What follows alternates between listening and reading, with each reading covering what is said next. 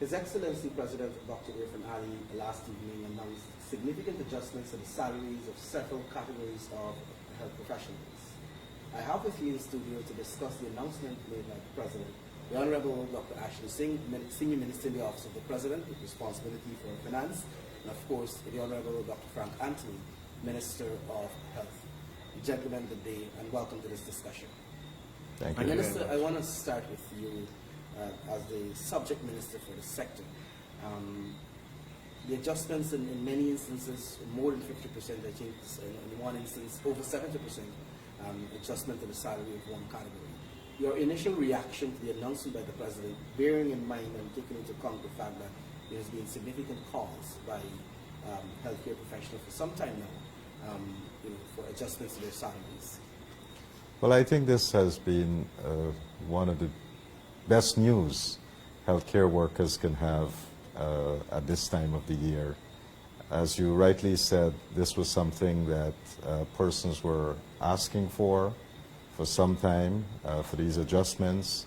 And as you know, His Excellency the President is one that listens, and he has been listening to the call of healthcare workers, and so today we have seen those announcements. We in the sector, we are extremely pleased with this increase in salaries in all categories.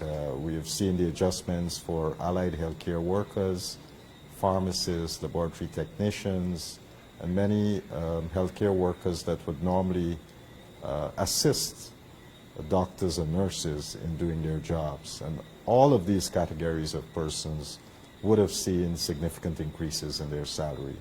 We've also seen significant increase in the salary of nurses, starting from nurse aide, nursing assistants, midwives, staff nurse, midwives. So all of these categories would have seen a significant increase in their salaries, and I'm sure they're absolutely grateful for these increases. Doctors, young doctors coming into the system as interns, they have seen a big increase in their stipends. And we have also seen for government medical officers. Initially, when you become a government medical officer, basically you stay at that salary for many years.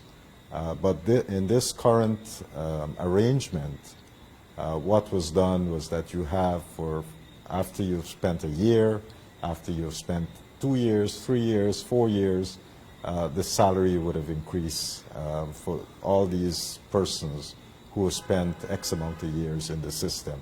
And I think people appreciate that because, it's one thing graduating as a medical doctor, is the other thing accumulating experience. And people, the doctors themselves, are truly appreciative that that experience has been taken into account. And of course, we have our specialists, persons who have spent additional time trying to get postgraduate degrees and so forth, that there's also an appreciation in terms of the increase in salary. And so I think all around, everyone in the public sector is extremely pleased by His Excellency's announcement and the call that they are motivated now to do even better in the health sector. Dr. Singh, I'm sure you have to crunch some of these figures, and this is certainly going to inject a significant amount of money into the economy, increasing the spending power of many persons in the health sector. Your initial thoughts? Sure. So thank you very much, Eddie. And once again, it's a great pleasure to be here with you and my distinguished colleague, the Minister of Health, on this program. Let me first of all say that I associate myself with all of the comments that Minister Anthony has already made, and in particular to say that this is really a very significant and momentous announcement that has been made by His Excellency the President. It, of course, focuses particularly on technical professionals serving in the public healthcare system, but it comes on the heels of a similar announcement that was made just about a week or two ago on selected categories of members of the disciplined services. So this represents in some sense what could be described as phase 2 of a phased approach that President Ali and our government have adopted to address some of the anomalies that exist in the salaries that are paid to public sector employees, and in particular to ensure that certain specialized categories of jobs remain attractive to the most talented young Guyanese. In the case of this announcement, I would maybe offer 2 or 3 main observations. The first is it represents a significant, at the aggregate level, it represents a significant increase in the emoluments paid to public healthcare professionals. We anticipate that it will see the injection of more than $1.5 billion annually into the disposable incomes of public healthcare professionals. So every year, those who are working in the public healthcare system will be taking home in excess of $1.5 billion more in 2023 than they did in 2022, exclusively as a result of these announcements that have been made. So that's another $1.5 billion injected into the economy. So that's if you look at this at the aggregate level. And of course, that then multiplies itself over and over multiple times into the economy, because they then consume goods and services. They are then better able to, meet their own, domestic needs, whether it is to build a home, upgrade their home, buy a car, buy things for their family, buy things for their children, live a little bit more comfortably. So that multiplies itself many times over in the economy and helps to address quality of life as well. But beyond the aggregate level, if one were to peel that layer off and go down to the next layer, we want to be able to attract talented young people into the public healthcare system and retain the talented people that we already have. And we want to motivate and incentivize them to remain committed to the public healthcare system and to even further consolidate their commitment to the public healthcare system.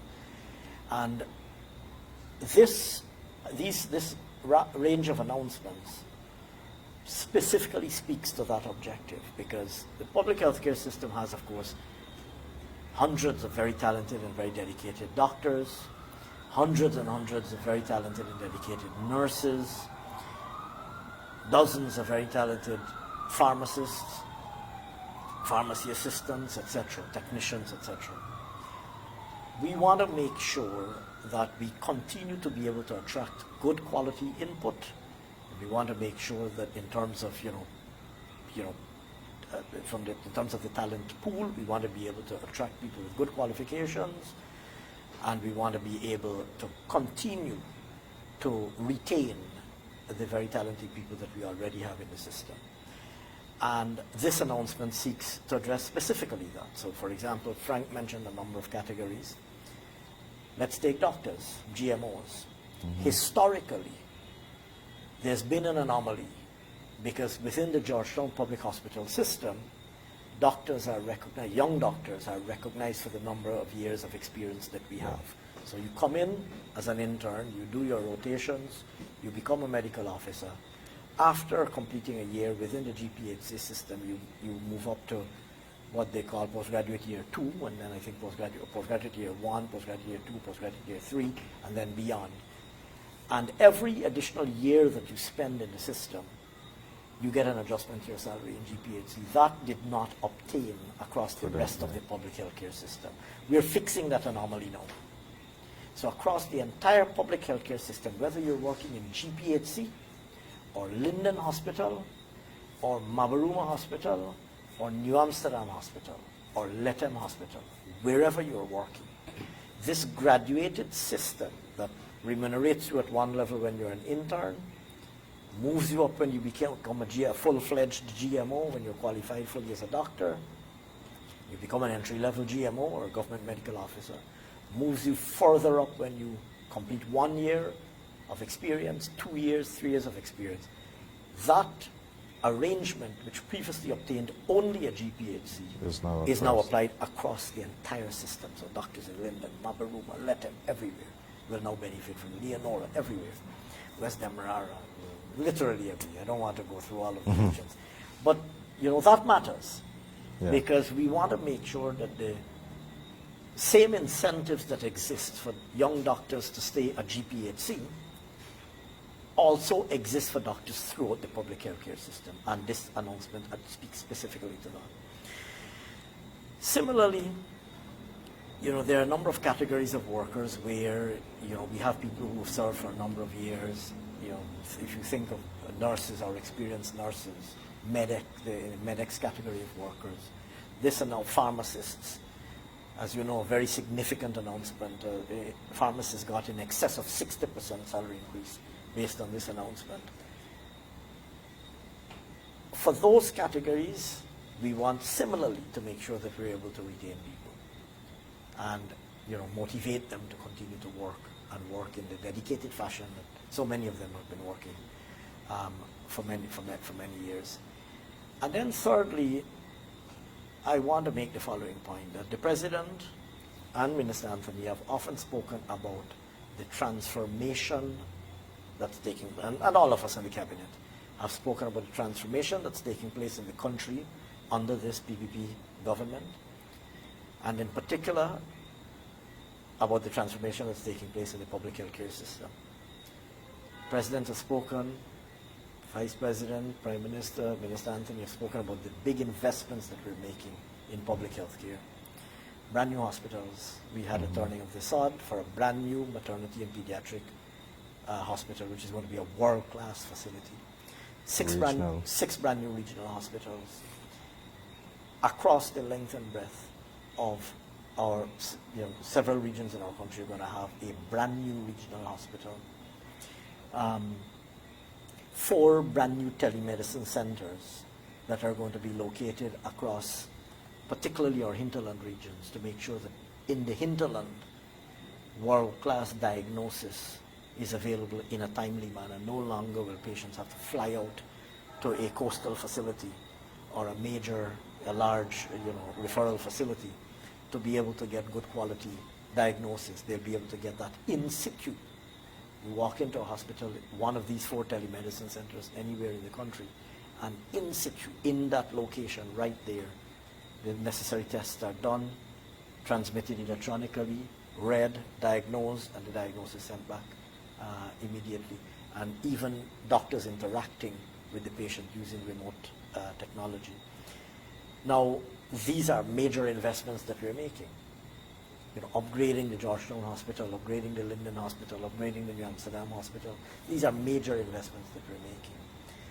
And what today's announcement by the President points to is the fact that not only are we investing in the bricks and mortar, the physical facilities, but we want also to make sure that we invest in the human resources of our public healthcare system. And this announcement is a manifestation of our government's commitment to investing not only in the infrastructure, not only in the equipment, the buildings, the hospitals, the modern equipment, which we've been doing in a very aggressive fashion, but also investing in the people who man these systems and who are so critical to delivering quality health care to the people of Guyana. Dr. Anthony, quickly, and I think Minister Singh touched briefly on this, because one of the things that we've been seeing over the years in the health sector is that even in some of our CARICOM neighbors, they're able to attract a lot of our talent because of the remuneration. How do you see this or these adjustments working in favor of retaining more of our talented professionals, as you said? I think with these adjustments, certainly we would see more people staying at home, because I don't think people really want to leave Guyana and go away. Some of them did that because they felt that they had better opportunities abroad. But with the changes that Ashni just described, where we are building new facilities, putting in new equipment and all of that, the environment here to practice medicine is changing drastically. Also, the types of training that we've been offering would allow people to want to be here, to be proud to be here, and to be able to do cutting-edge medicine. That's what we are gearing the system towards. And with this increase in salaries, certainly we are going to become more competitive in terms of retaining persons in the system and being able to offer better quality of care. So, you know, we have oftentimes spoken about this comprehensive approach to health, and what you've seen here with the President's announcement is really not just focusing on one aspect, but looking at it in its totality. And we cannot look at this system in totality if we don't focus on our human resources. And this announcement really touches on that, addresses this, the human resource aspect and retention of human resources. Dr. Singh, your closing comments, taking into account the fact that, like you said, this is a significant injection in the economy, but also this will significantly improve the spending power, if you want, of healthcare professionals. I know there might be more of this coming from other categories of workers, not only in the health sector, but maybe in other sectors.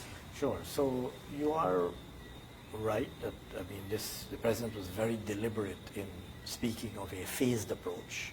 So this is phase one was the discipline services. Phase two is the public health care professionals. And we will continue this phased approach. But I want also to make the following point, and really to build on something that Frank spoke about, you know, the vision for the healthcare sector, and he spoke about the training opportunities and so on that have made, you know, the service in the public healthcare system, you know, increasingly attractive. The President has also spoken about an even longer term vision for healthcare in Guyana, and it's one that sees Guyana not only being able to deliver world-class healthcare to all of the citizens of our country and residents in our country.